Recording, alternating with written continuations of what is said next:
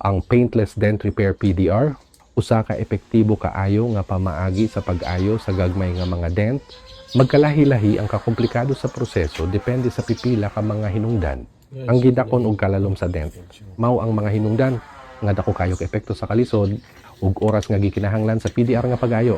Ang mas dagkong dent kasagaran nagkinahanglan og mas dugay nga oras ug mas taas nga kahanat aron maayo. Kinahanglan trabahohon sa technician ang mas lapad nga bahin sa panel ug sigurohon nga pantay ang paghulma sa metal aron malikayan ang mga high spot o dugang nga pagkadeporma. Ang mas lawom nga dent o nagsobrang stretched mas lisod ayohon tungod kay mas dako ang pagbalhin sa metal. Kini nga mga dent kasagaran nagkinahanglan og balik-balik nga pagtulod, pagbira ug pagtap aron hinay-hinay mabalik ang metal sa orihinal nga porma niini. Ang mga dent nga naa sa lisod mabot nga mga lugar sama sa duol sa mga kilid, sa mga kurbado nga bahin o sa mga lugar nga natabunan sa mga structural, mahimong makakomplikado sa pag-ayo.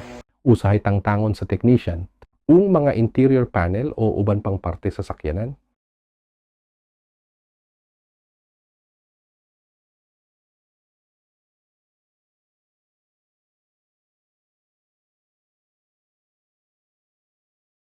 Aron makuha ang hustong access nga makadugang sa oras ug kakomplikado sa trabaho.